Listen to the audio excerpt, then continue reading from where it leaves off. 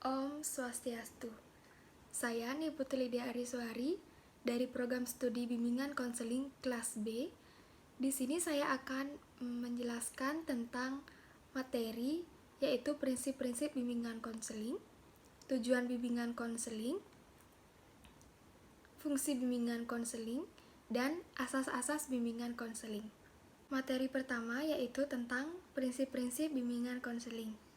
Prinsip bimbingan konseling yang pertama, bimbingan adalah suatu proses yang membantu individu agar mereka dapat menyelesaikan masalah yang dihadapinya. Yang kedua, bimbingan hendaknya berfokus pada individu yang dibimbing. Yang ketiga, bimbingan harus luas dan dengan identifikasi kebutuhan yang dirasakan oleh individu yang dibimbingnya. Selanjutnya, tujuan bimbingan konseling.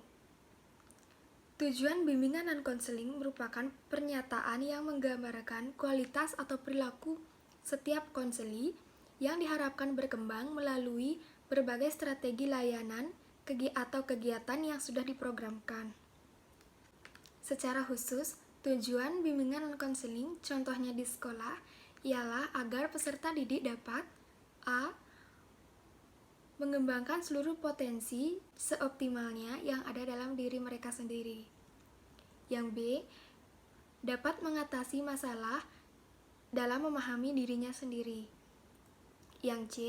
Mengatasi kesulitan dalam memahami lingkungan yang meliputi lingkungan sekolah, keluarga, pekerjaan sosial, ekonomi, dan kebudayaan. Yang D. Mengatasi kesulitan dalam menyalurkan kemampuan, minat, dan bakatnya dalam bidang pendidikan atau pekerjaan. Yang E. Mengatasi kesulitan dan mengidentifikasi dan mencegah masalah. Yang F.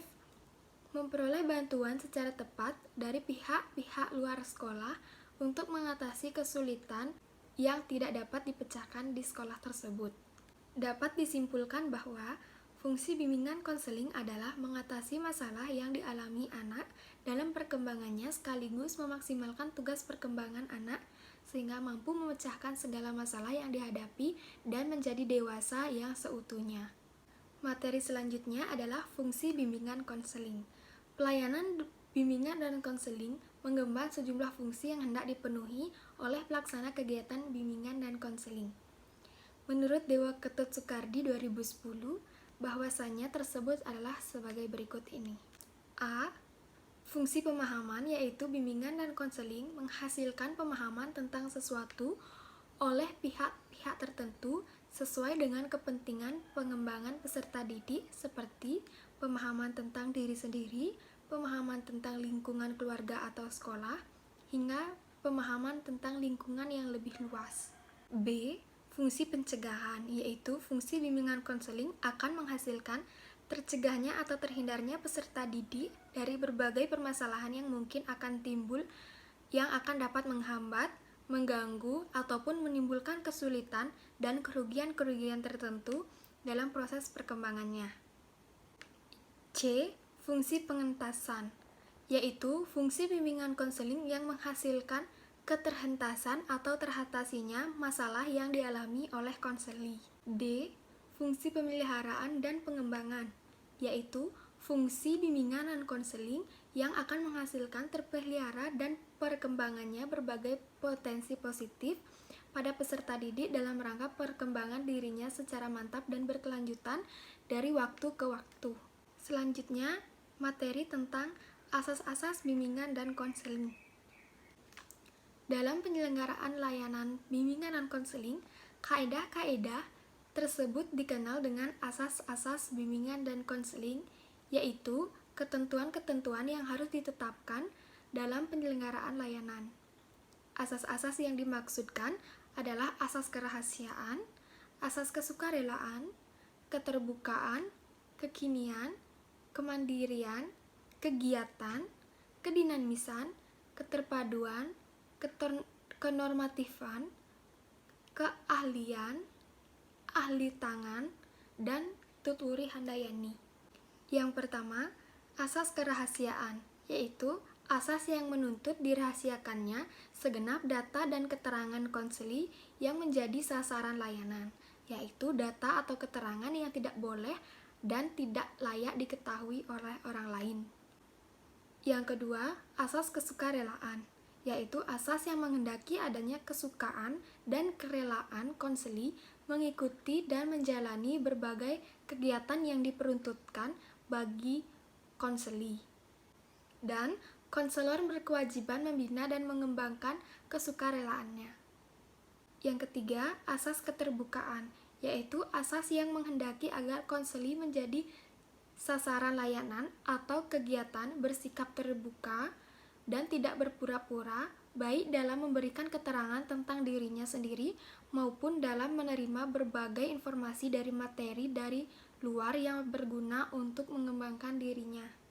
Yang keempat, asas kegiatan, yaitu asas yang menghendaki konseli yang menjadi sasaran layanan bimbingan dan konseling dapat berpartisipasi aktif dalam menyelenggarakan kegiatan bimbingan dan konseling, harus mendorong dan memotivasi untuk aktif dalam setiap layanan yang diberikan kepadanya. Yang kelima, asas kemandirian, yaitu asas yang menunjukkan pada tujuan umum bimbingan dan konseling, yaitu konseli sebagai sasaran layanan dan diharapkan menjadi individu yang mandiri. Yang keenam, asas kekinian, yaitu asas yang menghendaki agar objek sasaran layanan bimbingan dan konseling, yakni permasalahan yang dihadapi oleh konseli dalam kondisi sekarang. Adapun masa lampau atau masa depan yang menjadi dampak dan memiliki keterkaitan dengan apa yang diperbuat oleh konseli pada saat sekarang. Yang ketujuh, asas kedinamisan, yaitu asas yang menghendaki agar isi layanan terhadap sasaran layanan hendaknya selalu bergerak maju, tidak monoton dan berkembang secara berkelanjutan dari waktu ke waktu. Yang kedelapan, asas keterpaduan, yaitu asas yang menghendaki agar berbagai layanan dan kegiatan bimbingan dan konseling baik yang dilakukan oleh guru pembimbing maupun pihak lain saling menunjang, harmonis, dan terpadu. Yang kesembilan, asas kenormatifan, yaitu asas yang menghendaki agar seluruh layanan dan kegiatan bimbingan dan konseling didasarkan pada norma-norma, baik norma agama, hukum, peraturan, adat istiadat, ilmu pengetahuan, dan kebiasaan-kebiasaan yang berlaku.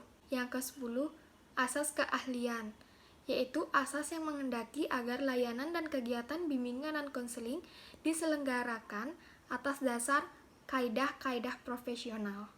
Yang ke-11, asas alih tangan kasus, yang menghendaki agar pihak yang tidak mampu menyelenggarakan layanan secara tepat dan tuntas atau suatu permasalahan konseli dapat mengalih tangankan kepada pihak yang lebih profesional. Yang ke-12, asas tuturi handayani, yaitu asas yang menghendaki agar pelayan secara keseluruhan dapat menciptakan suasana mengayomi, mengembangkan keteladanan, dan memberikan rangsangan dan dorongan serta memberi kesempatan yang seluas-luasnya kepada konseli untuk maju. Sekian materi yang saya sampaikan hari ini. Saya tutup dengan Parma Santi. Om Santi Santi Santi.